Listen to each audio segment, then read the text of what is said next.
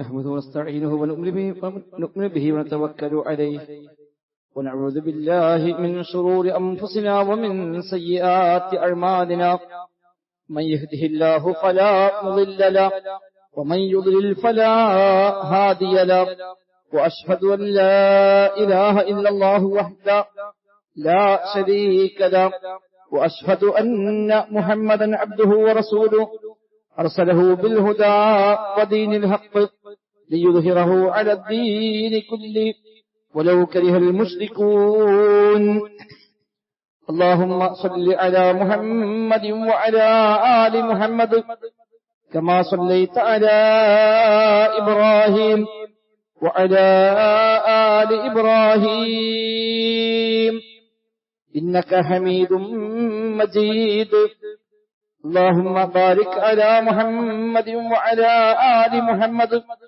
كما باركت على إبراهيم وعلى آل إبراهيم إنك حميد مجيد أما بعد فإن خير الكلام كلام الله وخير السنن سنن محمد صلى الله عليه وسلم وشر الأمور محدثاتها وكل محدثة بدعة وكل بدعة ضلالة وكل ضلالة في النار أعوذ بالله من الشيطان الرجيم بسم الله الرحمن الرحيم يا أيها الذين آمنوا اتقوا الله حق تقاته ولا تموتن إلا وأنتم مسلمون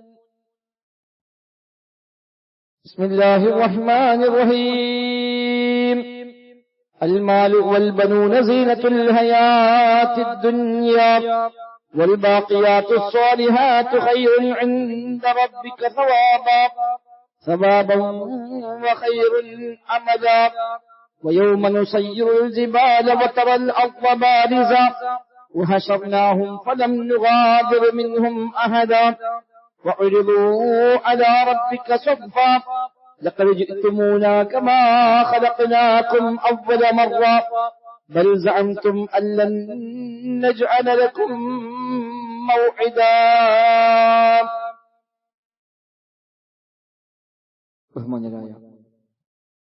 വിശ്വാസികളെ റഹ്മാനായ റബ്ബ് സുബ്ഹാനഹു വ തആലയുടെ നിയമ നിർദ്ദേശങ്ങൾ കഴിവിന്റെ പരമാവധി ജീവിതത്തിൽ പാലിക്കുവാൻ പരിശ്രമിച്ചുകൊണ്ട് മുത്തഖീങ്ങളായി ജീവിക്കണം എന്ന് പ്രത്യേകമായി ഓർമ്മപ്പെടുത്തുകയാണ് റബ്ബ് സുബ്ഹാനഹു വ തആല നമുക്കെല്ലാം തൗഫീഖ് പ്രദാനം ചെയ്യുമാറാകട്ടെ. ജീവിതത്തിന്റെ മുഴുവൻ മേഖലയിലും റബ്ബ് സുബ്ഹാനഹു വ തആല ഖൈറും ബറക്കത്തുമെല്ലാം നമ്മിൽ ധാരാളമായി വർഷിക്കുമാറാകട്ടെ. ജീവിതത്തിലെ വ്യത്യസ്തങ്ങളായ പ്രയാസങ്ങൾ അനുഭവിക്കുന്ന ആളുകൾക്കെല്ലാം റബ്ബ് ആശ്വാസം നൽകുമാറാകട്ടെ. മരണപ്പെട്ടു പോയ എല്ലാ വിശ്വാസികൾക്കും അല്ലാഹു സുബ്ഹാനഹു വ തആല മഗ്ഫിറത്തും റഹ്മത്തും നൽകി അനുഗ്രഹിക്കുമാറാകട്ടെ. നമ്മുടെ പള്ളിയുടെ സ്ഥാപിത കാലം മുതൽ ഉള്ള ഇതിന്റെ പ്രസിഡന്റായി സേവനം ചെയ്തിരുന്ന ബഹുമാന്യ KV ആലിസക്കുട്ടി സാഹിബ് ഇന്ന് രാവിലെ മരണപ്പെട്ടു. അസറിന് ശേഷമാണ് ജനാസ നമസ്കാരം നിശ്ചയിച്ചിരിക്കുന്നത്. ദീനി സേവന മേഖലയിൽ ധാരാളമായി മുമ്പിൽ നിന്ന് ഈ പ്രദേശങ്ങളിലൊക്കെ സേവനം ചെയ്ത അദ്ദേഹം ദുനിയാവിലെ ജീവിതം അവസാനിച്ച യാത്രയായി അല്ലാഹു സുബ്ഹാനഹു വ തആല മഗ്ഫിറത്തും റഹ്മത്തും നൽകി അനുഗ്രഹിക്കുമാറാകട്ടെ. യഥാർത്ഥത്തിൽ ഐഹിക ജീവിതം എന്നത് പരലോകത്തെ കടന്നു പോകാനുള്ള ഒരു നടവഴി മാത്രമാണ്. അൽ ഹയാത്തു ദുനിയ മമറുൻ ലാ മഖർ എന്നാണ് പറയുക. ഐഹിക ജീവിതം എന്നത് മമറാണ്, ഒരു നടവഴിയാണ്. ലാ മഖർ, സ്ഥിരമായി നിൽക്കാനുള്ള ഇടമല്ല. പാരത്രികമായ ലോകത്തേക്കുള്ള യാത്രയിൽ കടന്നുപോകാനായി നിശ്ചയിക്കപ്പെട്ട ഒരു മാർഗം മാത്രമാണ്, വഴി മാത്രമാണ് ഐഹിക ജീവിതമെന്ന്. മറ്റൊരു ഭാഷയിൽ പറഞ്ഞാൽ ഹയാത്തു ദില്ലുൻ സാഇൽ, ഈ ജീവിതം എന്നത് നീങ്ങിക്കൊണ്ടേയിരിക്കുന്ന നിഴലാണ്. നിഴലെവിടെയും സ്ഥിരമായി നിൽക്കാറില്ല. ഓരോ നിമിഷത്തിലും ആ നിഴലെങ്ങനെ നീങ്ങിക്കൊണ്ടേയിരിക്കും. സൂര്യന്റെ ചലനമനുസരിച്ച് നിഴലുകളും ദിശ മാറും, അതിന്റെ വലിപ്പം മാറും, ചെറുതാകും, വലുതാകും, ഇല്ലാതാകും. ഇതാണ് നിഴലിന്റെ പ്രത്യേകത. എന്നതുപോലെയാണ് ജീവിതവും. അൽ ഹയാത്തു ദില്ലുൻ സാഇൽ, നീങ്ങിപ്പോകുന്ന നിഴലാണ് ജീവിതമെന്നത്. ജനിച്ചു വന്ന് കുട്ടിക്കാലം കഴിഞ്ഞ് പിന്നീട് വ്യത്യസ്തമായ ഘട്ടങ്ങൾ താണ്ടി ചെറുപ്പകാലവും യൗവനവും കഴിഞ്ഞ് വാർദ്ധക്യവും കഴിഞ്ഞ് തിരിച്ച് യാത്ര പോകുന്ന താൽക്കാലികമായ സംവിധാനം മാത്രമാണ് ഈ ലോകത്തെ ജീവിതമെന്ന്. ആ നടവഴിയുടെ കടന്ന് ശരിയായ ജീവിതമാകുന്ന പരലോകത്തേക്ക് എത്തുമ്പോൾ അവിടെ സ്വർഗത്തിലേക്ക് എത്താൻ കഴിഞ്ഞാൽ അവനാണ് ഈ ജീവിതത്തെ ഉപയോഗപ്പെടുത്തിയത്. ഇവിടെ എന്തെല്ലാം സുഖങ്ങളും സൗകര്യങ്ങളും ഉണ്ടെങ്കിലും ഇല്ലെങ്കിലും ശരി, പരലോകത്തെത്തുമ്പോൾ ഇതൊന്നും ഒന്നുമല്ലാതായി മനുഷ്യന് ബോധ്യപ്പെടുമെന്ന് വിശുദ്ധ ഖുർആൻ ധാരാളം സ്ഥലത്ത് പരിചയപ്പെടുത്തുന്നുണ്ട്. കഅന്നഹും യൗമ യറൗനഹാ ലം യൽബസു ഇല്ലാ അശിയ്യതൻ ഔ ളുഹാഹാ എന്ന് സൂറത്തുൽ നാസിയാത്തിൽ നമുക്കെല്ലാം പരിചിതമായ വചനമാണ്. ഖിയാമത്ത് മുന്നിൽ കാണുമ്പോൾ ഈ ദുനിയാവിൽ ആകെ ജീവിച്ചത് ഇല്ല അശിയ്യതൻ ഔ ളുഹാഹാ, ഒരു പ്രഭാത സമയമോ പ്രദോഷ സമയമോ അല്ലാതെ ജീവിച്ചിട്ടില്ല എന്ന് മനുഷ്യർക്ക് തോന്നിപ്പോകും. ദുനിയാവിൽ ആകെ ഞാൻ ജീവിച്ചത് ഒരു വൈകുന്നേര സമയം മാത്രം, ഒരു രാവിലത്തെ സമയം മാത്രം, ഏതാനും മണിക്കൂറുകൾ, ഇതാണ് എനിക്കാകെ കിട്ടിയത് എന്നവർക്ക് തോന്നുമെന്ന് സൂറത്തുൽ നാസിയാത്തിൽ പറയുന്നുവെങ്കിൽ മറ്റു സ്ഥലത്ത് അല്ലാഹു തആല മറ്റൊരു ശൈലി പ്രയോഗിച്ചത് വയൗമ യഹ്ശുറുഹും കഅൻ ലം യൽബസു ഇല്ലാ സാഅത്തൻ മിനൻ നഹാരി യതആറഫൂന ബൈനഹും. അവരെല്ലാം നാം ഒരുമിച്ച് കൂട്ടും. അല്ലാഹു തആല എല്ലാവരെയും ഒരുമിച്ച് കൂട്ടുക. ഒരുമിച്ച് കൂട്ടുമ്പോൾ കഅൻ ലം യൽബസു ഇല്ലാ സാഅത്തൻ മിനൻ നഹാർ, പകലിലെ ഏതാനും സമയമല്ലാതെ അവർ കഴിച്ചു കൂട്ടിയിട്ടില്ലാത്തതുപോലെയാണ് അവർക്ക് അനുഭവപ്പെടുക. ദുനിയാവിൽ എത്ര കാലം ജീവിച്ചു ചോദിച്ചാൽ അതൊന്നുമില്ല, ഏതാനും ചില മണിക്കൂറുകൾ, ഏതാനും ചില സമയങ്ങൾ, അത് മാത്രമേ ദുനിയാവിൽ ഞാൻ ജീവിച്ചിട്ടുള്ളൂ എന്ന് ഇവിടെ തോന്നും. പരലോകം മുന്നിൽ കാണുമ്പോഴെന്ന് റബ്ബ് സുബ്ഹാനഹു വ തആല പ്രത്യേകമായ വിശുദ്ധ ഖുർആൻ നമ്മെ ഓർമ്മപ്പെടുത്തുന്നുണ്ട്. പിന്നെ എന്താണ് ജീവിതത്തിന് അർത്ഥമുള്ളത്?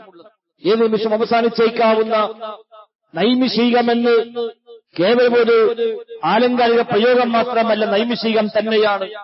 ഈ സംസാരം പോലും പൂർത്തിയാകുമോ എന്ന് നമുക്ക് ആർക്കും ഉറപ്പില്ല. ജുമുഅ കഴിഞ്ഞ് വന്ന പോലെ തന്നെ തിരിച്ചിറങ്ങാൻ കഴിയുമോ? അല്ലാഹു അഅലം. ഏത് നിമിഷം അവസാനിച്ചേക്കാവുന്ന തീർത്തും നൈമിഷികമായ ഒരു ജീവിതം തന്നിട്ട് ഇവിടെ പിന്നെ പറഞ്ഞയച്ചതിൽ എന്താണ് അർത്ഥമുള്ളത്? അവിടെയാണ് ഓതി വെച്ച ആയത്ത് വൽ ബഖിയാത്തു സ്വാലിഹാത്തു ഖൈറുൻ ഇൻദ റബ്ബിക സവാബ വ ഖൈറുൻ അമല. ബഖിയാത്തു സ്വാലിഹാത്ത്, സ്വാലിഹായ അവശേഷിക്കുന്ന കർമ്മങ്ങൾ വല്ലതുമുണ്ടെങ്കിൽ അതാണ് ഖൈർ, അതാണ് ഖൈറായത്. ബാക്കിയെല്ലാം ഈ നടവഴിയിൽ ഇട്ടേച്ചു പോകേണ്ടുന്ന സൗകര്യങ്ങൾ മാത്രമാണ്.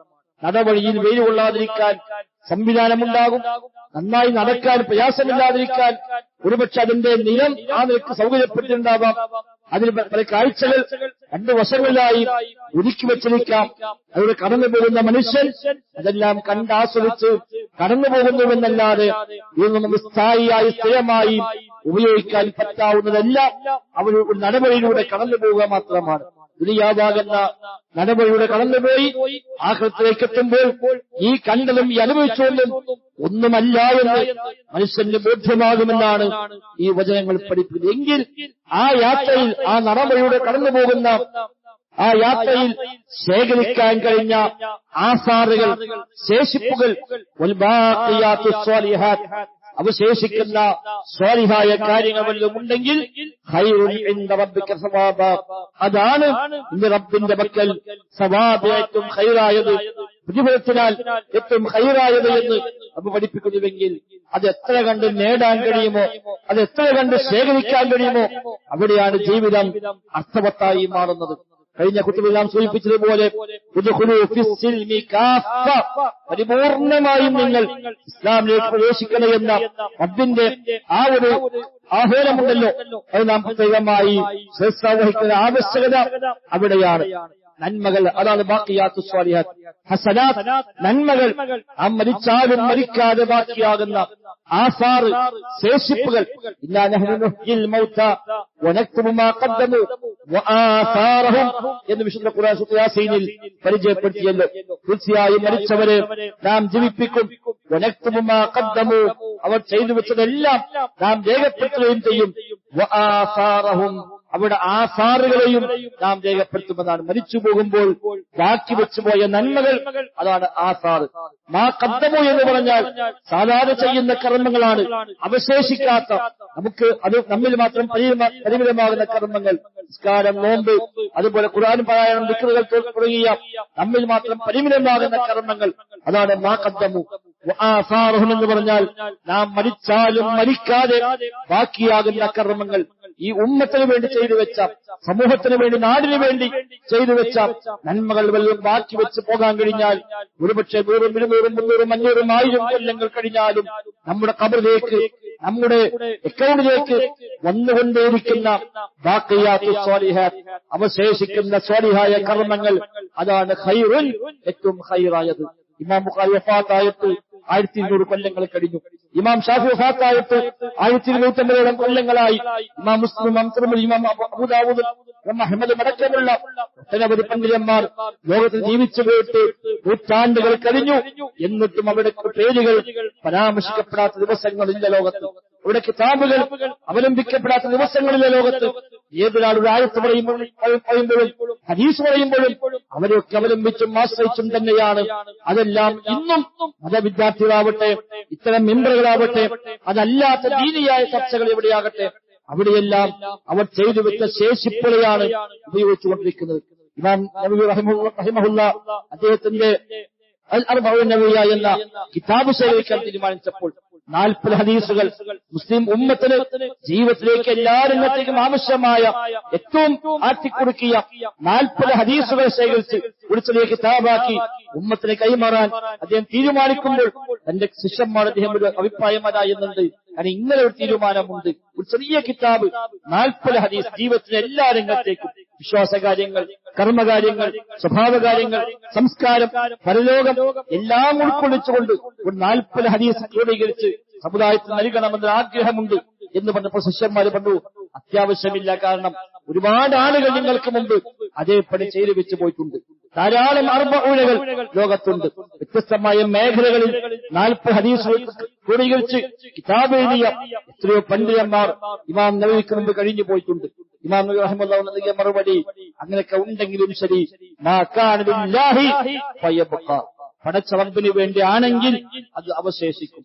ഇഖ്ലാസ് ഉണ്ടെങ്കിൽ, അല്ലാഹ്ക്ക് വേണ്ടി ചെയ്യുകയാണെങ്കിൽ അത് ബാക്കിയാകും, അവശേഷിക്കും. ആര് ചെയ്താലും കുഴപ്പമില്ല, ഞാൻ ചെയ്യാൻ തീരുമാനിക്കും എന്ന് പറഞ്ഞ് അദ്ദേഹം ക്രോഡീകരിച്ച ഇമാം നബവിയുടെ 40 ഹദീസുകൾ എന്ന വിശ്വപ്രസിദ്ധമായ ഗ്രന്ഥം ബാക്കി എല്ലാ 40കളെയും മറികടന്നുകൊണ്ട് നൂറ്റാണ്ടുകൾ പിന്നിട്ട് ഏകദേശം 800 കൊല്ലം കഴിഞ്ഞു. ഈ 800 കൊല്ലങ്ങൾ പിന്നിട്ട് ഇന്നും ലോകത്ത് നൂറുകണക്കിന് ഭാഷകളിലേക്ക് വിവർത്തനം ചെയ്യപ്പെട്ടു. നൂറുകണക്കിന് വ്യാഖ്യാന ഗ്രന്ഥങ്ങൾ അതനുസരിച്ച് രേഖപ്പെടുത്തപ്പെട്ടു. ഇന്നും ആ കിതാബ് കാണാപാഠം പഠിച്ച ലക്ഷക്കണക്കിന് ആളുകൾ ലോകത്ത് നിന്നും ജീവിച്ചിരിപ്പുണ്ട്. ആ നിലക്കുള്ള സ്വീകാര്യത പടച്ചറബ് നൽകിയത് ഇതൊരു ബാക്കിയാത്തു സ്വാലിഹാത്താകണമെന്ന ആ ആത്മാർത്ഥമായ ആഗ്രഹം കൊണ്ടായിരിക്കാം. അല്ലാഹു അഅലം. നാം ഈ ലോകത്ത് നിന്ന് പോകുമ്പോൾ എന്താ സഹോദരങ്ങളെ ആ നിലക്ക് ശേഷിപ്പാക്കി വെച്ചു പോകാൻ നമുക്കുള്ളത്? നമുക്ക് നിസ്കരിച്ചു ശരിയാണ്, നോമ്പെടുത്തു, പള്ളിയിൽ വരുന്നു, സാധാരണ അമലുകൾ ചെയ്യുന്നു. അതിനപ്പുറത്ത് ഇന്നങ്ങ് മരിച്ചുപോയാൽ ബാക്കിയാത്തു സ്വാലിഹാത്ത് എന്ന് പറയാൻ എനിക്ക് ബാക്കിയാകുന്ന ചില സ്വാലിഹാത്തുകളുണ്ട്, അവശേഷിക്കുന്ന ശേഷിപ്പുകളുണ്ട്. അടുത്ത കൊല്ലവും അടുത്ത പതിറ്റാണ്ടിലും അടുത്ത നൂറ്റാണ്ടിലുമൊക്കെ എന്റെ ഖബറിലേക്ക് ഗുണം ലഭിക്കുന്ന നല്ല നല്ല ശേഷിപ്പുകൾ ഉമ്മത്തിന് ബാക്കി വെച്ചുകൊണ്ടാണ് പോകുന്നതിനെ സമാധാനിക്കാൻ നമ്മൾ എത്ര പോയി കഴിയുമെന്ന ഒരു ആലോചന സഹോദരങ്ങളെ നാം നടത്തേണ്ടതുണ്ട്. ആ ഒരു തത്വത്തിൽ നിന്നുകൊണ്ടാണ് ജീവിതത്തെ ക്രമീകരിക്കേണ്ടത്. അതല്ലാതെ നേരം വിളിക്കുക, വൈകുന്നേരമാകുക, വീണ്ടും നേരം വിളിക്കുക, ദിവസങ്ങളും ആഴ്ചകളും മാസങ്ങളും കൊല്ലങ്ങളും കഴിഞ്ഞു പോവുക, അതിനിടയ്ക്ക് എപ്പോഴോ അയാൾ മരിച്ചു വന്ന വാർത്ത കേൾക്കുക, അങ്ങനെ ഒരു അർത്ഥമില്ലാതെ കടന്നു പോകേണ്ടവരല്ല വഴിയാത്രക്കാരായി നമ്മൾ. ഈ നടവഴിയുടെ കടന്നു പോകുന്ന ധാരാളം മനുഷ്യന്മാരുണ്ട്. ജാതി മതങ്ങളറിയാതെ, റബ്ബിനറിയാതെ, തൗഹീദ് അറിയാതെ, പരലോകമറിയാതെ ആ നടവഴിയിലെ സൗന്ദര്യങ്ങളും അവിടെയുള്ള ആകർഷണീയമായ കാര്യങ്ങളും കണ്ടാസ്വദിച്ച് മാത്രം കടന്നുപോയി അപ്പുറത്ത് പോയി പ്രയാസപ്പെടുന്ന ഭാഗ്യം കെട്ട മനുഷ്യന്മാരെമ്പാടുമുണ്ട്. നമ്മൾ അങ്ങനെ കടന്നു പോകേണ്ടവരല്ല. ഈ ജീവിതം, ഈ ഹയാത്ത് മമറാണ്, മഖർ, നടവഴിയാണ്, സ്ഥിരമായി താമസിക്കാൻ ഇടമല്ല എന്ന് പഠിപ്പിക്കപ്പെട്ടുവെങ്കിൽ അത് തിരിച്ചറിഞ്ഞുകൊണ്ട് ഈ നടവഴിയുടെ കടന്നു പോകുമ്പോൾ പരമാവധി ശേഖരിക്കാൻ പറ്റിയ ഖൈറുകൾ, നന്മകൾ ശേഖരിക്കുകയും അതിൽ തന്നെ എന്നെന്നും അവശേഷിക്കുന്ന മറ്റുള്ളവർക്ക് ഗുണം ലഭിക്കുന്ന, നമുക്ക് മാത്രമല്ലാത്ത ശേഷം വരുന്നവർക്കും വരും തലമുറകൾക്കും സമുദായത്തിനും മൊത്തം മനുഷ്യർക്കും നാടിനുമെല്ലാം ഉപകാരപ്പെടുന്ന അത്തരം നന്മകളെ ബാക്കി വെച്ച് പോകാൻ കഴിഞ്ഞാൽ അതാണ് സഹോദരങ്ങളെ ജീവിതം അർത്ഥവത്തായി മാറുന്നത്. അതുകൊണ്ടാണ് മനുഷ്യൻ അൽ ഇൻസാൻ, മനുഷ്യൻ എന്ന് പറഞ്ഞാൽ തന്നെ അസർ, അവന്റെ അസറായ മനുഷ്യനാണ്. അല്ലെങ്കിൽ എന്താ മനുഷ്യൻ? എത്ര മനുഷ്യന്മാർ ജീവിച്ചു പോയി, ആർക്കറിയാം? ആർക്കാ ഓർമ്മയുള്ളത്? ആരവരെ ഓർക്കുന്നത്? വല്ലയിടത്തും പറയപ്പെടുന്നുണ്ടോ? ഒന്നുമില്ല. വല്ല ശേഷിപ്പുകളും ബാക്കി വെച്ചവർ മാത്രമാണ് എന്നും സ്മരിക്കപ്പെടുക. അല്ലാത്തവർ ഇവിടെ ജീവിച്ചു മരിച്ചു പോകുന്നു. മൃഗങ്ങളെപ്പോലെ, പക്ഷികളെപ്പോലെ അവർ ജനിച്ചു വളർന്നു, അവർ മരിച്ചുപോയി, ആരും മറഞ്ഞിട്ടില്ല, ആർക്കും പ്രത്യേകിച്ച് ഓർമ്മയില്ല. അങ്ങനെ പോകേണ്ടവരല്ല, നഷ്ടപ്പെടുത്തേണ്ടവരല്ല. നമ്മളെന്ന തിരിച്ചറിവ് നമുക്കുണ്ടായി ഈ ജീവിതത്തെ പരമാവധി ഉപയോഗപ്പെടുത്താൻ എന്തെല്ലാം ചെയ്യാൻ കഴിയുമോ, എന്റെ സമ്പത്ത്, എന്റെ സമയം, എന്റെ ആരോഗ്യം, അതിനൊക്കെ എനിക്ക് എങ്ങനെ ആസാറുകളാക്കി മാറ്റാം. ആയുസ്, മനുഷ്യനെന്ന് പറഞ്ഞാൽ അവന്റെ ആയുസ്സാണ്, നിമിഷങ്ങളാണ്, സെക്കൻഡുകളും മിനിറ്റുകളും മണിക്കൂറുകളുമാണ് യഥാർത്ഥത്തിൽ നമ്മളെന്നത്. ഓരോ മിനിറ്റും കഴിയുമ്പോൾ നമ്മുടെ ആയുസ്സാണ് കഴിഞ്ഞു പോകുന്നത്, പരലോകത്തേക്കാണ് അടുക്കുന്നത്, ദുനിയാവിൽ നിന്ന് അകന്നുകൊണ്ടിരിക്കുകയാണ്. നമ്മളെന്ന് പറഞ്ഞാൽ ഈ സമയമാണ്, ക്ലോക്കിൽ തിരിയുന്ന ആ സൂചിയാണ് സഹോദരങ്ങളാത്ത നമ്മൾ. അതുകൊണ്ട് ഓരോ നിമിഷവും നമ്മളിങ്ങനെ അവസാനിച്ചുകൊണ്ടേയിരിക്കുകയാണ്. ഓരോ മിനിറ്റ് പോകുമ്പോഴും, ഓരോ മണിക്കൂർ കഴിയുമ്പോഴും ഞാൻ എന്നത് ഇല്ലാതായിക്കൊണ്ടിരിക്കുകയാണ്, നമ്മൾ എന്നത് ഇല്ലാതായിക്കൊണ്ടിരിക്കുകയാണ്. ഇതാണ് മനുഷ്യൻ. അവിടെ ശേഷിപ്പാക്കി ബാക്കി വെച്ച വല്ലതുമുണ്ടെങ്കിൽ, അസറ വല്ലതുമുണ്ടെങ്കിൽ അതാണ് അവൻ, അതാണ് അത് ഉപകാരപ്പെടുക. ആ നിലയ്ക്ക് വല്ല നല്ല നന്മകളും ചെയ്തു വെച്ച് പോകാൻ കഴിയുക. തുബാലിമൻ മാത വമാതതു മഅഹു ദുനൂബുഹു വൽവൈലു തവീൽ ലിമൻ യമൂതു വതബഖാ ദുനൂബുഹു 100 സന വ100 സന എന്ന് 1000 കൊല്ലങ്ങൾക്ക് മുമ്പ് ഇമാം അബൂബക്കർ തഖ്വി റഹിമഹുല്ലാഹ് രേഖപ്പെടുത്തി കാണാൻ കഴിയും. മരിക്കുമ്പോൾ നന്മകൾ മരിക്കാതെ തിന്മകൾ മരിക്കുന്ന മനുഷ്യന്മാർ, അവർക്കാണ് മംഗളാശംസകൾ. നമ്മൾ മരിച്ചാലും നമ്മൾ നന്മ മരിക്കാൻ പാടില്ല. എന്നാൽ നമ്മൾ മരിച്ചാൽ തിന്മകൾ മരിക്കുകയും വേണം. ഞാൻ മരിച്ചിട്ട് പിന്നെയും ഞാൻ ഉണ്ടാക്കി വെച്ച തിന്മ എന്റെ ഖബറിലേക്ക് വന്നുകൊണ്ടേയിരിക്കുന്നുവെങ്കിൽ, നല്ല ശേഷിപ്പുകൾക്ക് പകരം ദുഷിച്ച ശേഷിപ്പാണ് ബാക്കി വെച്ച് പോയതെങ്കിൽ, നമ്മൾ മരിച്ചാലും ആ തിന്മകൾ ഇവിടെ അവശേഷിക്കും. ഇത്രയും പ്രസാദം ഉണ്ടാക്കി വെച്ച് പോകുന്ന മനുഷ്യന്മാർ, തിന്മകൾക്ക്, തോന്നിവാസങ്ങൾക്ക് വിത്തിട്ട് പോകുന്ന ആളുകൾ, അവർക്ക് മരിച്ച് ഒരുപക്ഷെ 40, 50, 60 വയസ്സിൽ മരിച്ചേക്കാം. പക്ഷേ 100, 150, 200, 300 കൊല്ലങ്ങൾ അവർ ചെയ്തു വെച്ച ദുഷിച്ച ചെയ്തികൾ ഈ ലോകത്ത് ബാക്കിയായേക്കാം. അങ്ങനത്തെ ഒരു ഭാഗ്യം കെട്ടവരായി നമ്മൾ മാറാൻ പാടില്ല. ദുഷിച്ച ആസാറ് ഒന്നുമില്ലാതെ നാം മരിച്ചാൽ നമ്മുടെ തിന്മകളും മരിച്ചു. ഇനി നാളെ എന്റെ പേരിൽ ഒരു തിന്മ വരാനില്ല, ഒരു പുതിയ കുറ്റം എന്റെ പേരിൽ ചാർക്കപ്പെടാനില്ല എന്ന ഉറപ്പ് വേണം. നന്മകൾ മരിക്കുന്നില്ല എന്നും ഉറപ്പ് വേണം. ആ നിലയ്ക്ക് ജീവിതത്തിൽ തെളിയിക്കാൻ കഴിഞ്ഞാൽ അവനാണ് വിജയിച്ചവൻ. അതല്ലെങ്കിൽ ഐഹികമായ ജീവിതത്തിന്റെ സൗകര്യങ്ങൾ കണ്ട് വഞ്ചിതരായി അതിൽ പെട്ടുപോയ അവസാനം അവന്റെ പരിണിത ഫലം മോശകരമായ സാഹചര്യമായിരിക്കുമെന്ന് നാം തിരിച്ചറിയുക. അല്ലാഹു സുബ്ഹാനഹു വ തആല തൗഫീഖ് പ്രദാനം ചെയ്യുമാറാകട്ടെ.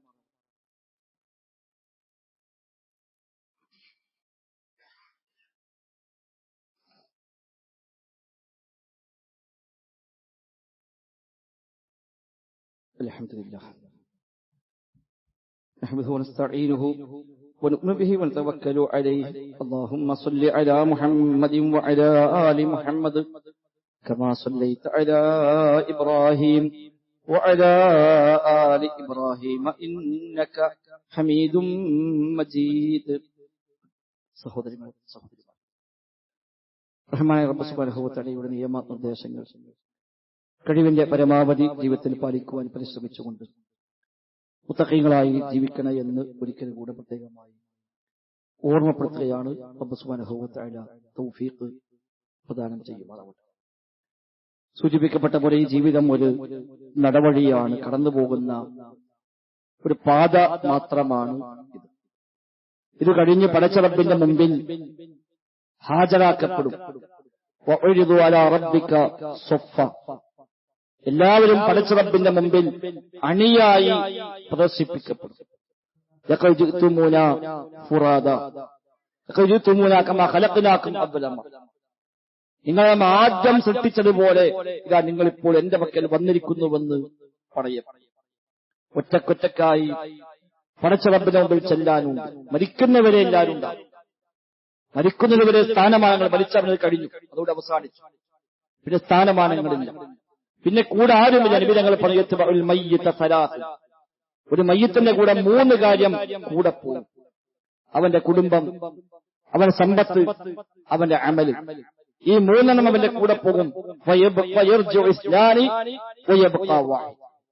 അതിൽ 2 തിരിച്ചു പോരും, ഒന്നവിടെ ബാക്കിയാവും. കുടുംബം തിരിച്ചു പോരും. അവളിലേക്ക് ഇറക്കി മറമാടി എല്ലാം കഴിഞ്ഞ് ഒരു പക്ഷെ കുറച്ചധികം സമയം അവിടെ നിന്നേക്കാമെന്നല്ലാതെ അത് കഴിഞ്ഞാൽ എല്ലാവരും പോകും. എത്ര പ്രിയപ്പെട്ടവരാണെങ്കിലും അവർ തിരിച്ചു പോകും. അവിടെ കാലാകാലം അവന്റെ കൂടെ ഖബറിൽ കൂട്ടിന് ഒരാളും കിടക്കാൻ തയ്യാറാകുന്നില്ല. അവന്റെ സമ്പത്ത് തിരിച്ചു പോകും. കൂടെ കൊണ്ടുപോയ 3 കഷ്ണം തുണിയല്ലാത്ത ബാക്കിയെല്ലാം, ഒരു പുതപ്പ് ഏറെ മയ്യത്ത് കെട്ടിന്റെ മേലത്തെ അതുപോലും തിരിച്ചു പോകും. മയ്യത്ത് ഖബറിലേക്ക് അടക്കാൻ ഒരു തോർത്തമുണ്ട് ഉപയോഗിച്ചാൽ അതടക്കം തിരിച്ചിങ്ങോട്ട് തന്നെ അയക്കാനുള്ളതാണ്. അതൊന്നും കൂടെ കൊണ്ടുപോകുന്നില്ല. ഒരു അമല് മാത്രം ബാക്കിയാകുമെന്നാണ് അല്ലാഹുവിന്റെ റസൂൽ സ്വല്ലല്ലാഹു അലൈഹി വസല്ലം നമ്മെ പഠിപ്പിക്കുന്നത്. ആ ഒരു യാത്രയുണ്ട് എന്ന ഓർമ്മ നമുക്കെല്ലാം ഉണ്ടാവും. എപ്പോഴും ആയേക്കാം, ഏത് സമയത്തും ആയേക്കാം ആ ഒരു യാത്ര. ആ ബർസഖും കഴിഞ്ഞ് റബ്ബിന്റെ മുമ്പിൽ ചെന്ന് അണിയണിയായി ഒറ്റക്കൊറ്റക്കായി നിൽക്കുന്ന ഘട്ടമുണ്ട്. ഖബറിൽ നമ്മൾ ഒറ്റക്കാണ്, ബർസഖിൽ നമ്മൾ ഒറ്റക്കാണ്, പടച്ച റബ്ബിന്റെ മുമ്പിൽ ചെല്ലലും ഒറ്റക്കാണ്. കൂടെ ആരുമില്ല, ആരും ആരെയും ശ്രദ്ധിക്കാനും പരിഗണിക്കാനുമില്ല.